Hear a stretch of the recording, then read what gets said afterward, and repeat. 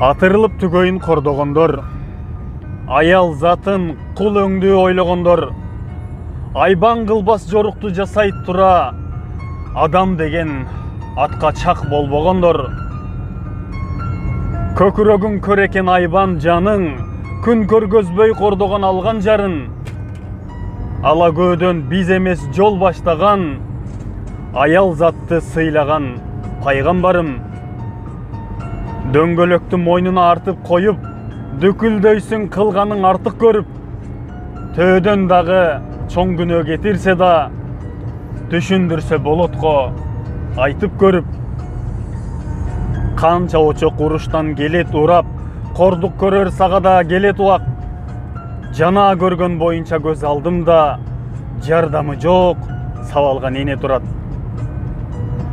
Сабагандар үчүн бир сабак кылып, соттобосо сот бийлик калыс эмес. Ал дегеним апачык каракчылык, аял урган эркектик намыс эмес. Ал дегеним апачык каракчылык, аял урган эркектик намыс эмес. Улан Эскендеров. Аялдарды барктайлы. Ассаламу алейкум. Бүгүнкү чыккан чуулгандуу видео боюнча кайрылуу жасагым келди. Эркек атына ылайык болбогон эркек сымал бир маңкурт өз аялын кордогон боюнча. Бул эл көзүнө көрүнүп калды. Бирок эл көзүнө көрүнбөй кордоп жүргөндөр толтурада. Кантип аялдын укугун коргойбуз, кантип антебиз, мынтебиз деп площадка чейин митинг кылып чыгабыз. Эй, кайсы магазинге кирбе полкаларында арактар турат. Аны ичти, үйүнө барат, аялын урат, балдарын ыйлатат, үй бүлөсүнүн келечегин талкалайт. Мына ошондой көрүнүштөр жүздөгөн, миңдеген Кыргызстан боюнча. Бирок ушулардын баарынын башаты бул атың өчкүр арак. Арак жамандыктын башаты. Эй, көбү жазат. Атам ичип мындай кылат, агам ичип мындай кылат, бир тууганым ичип мындай кылат, ал ичип мындай кылат.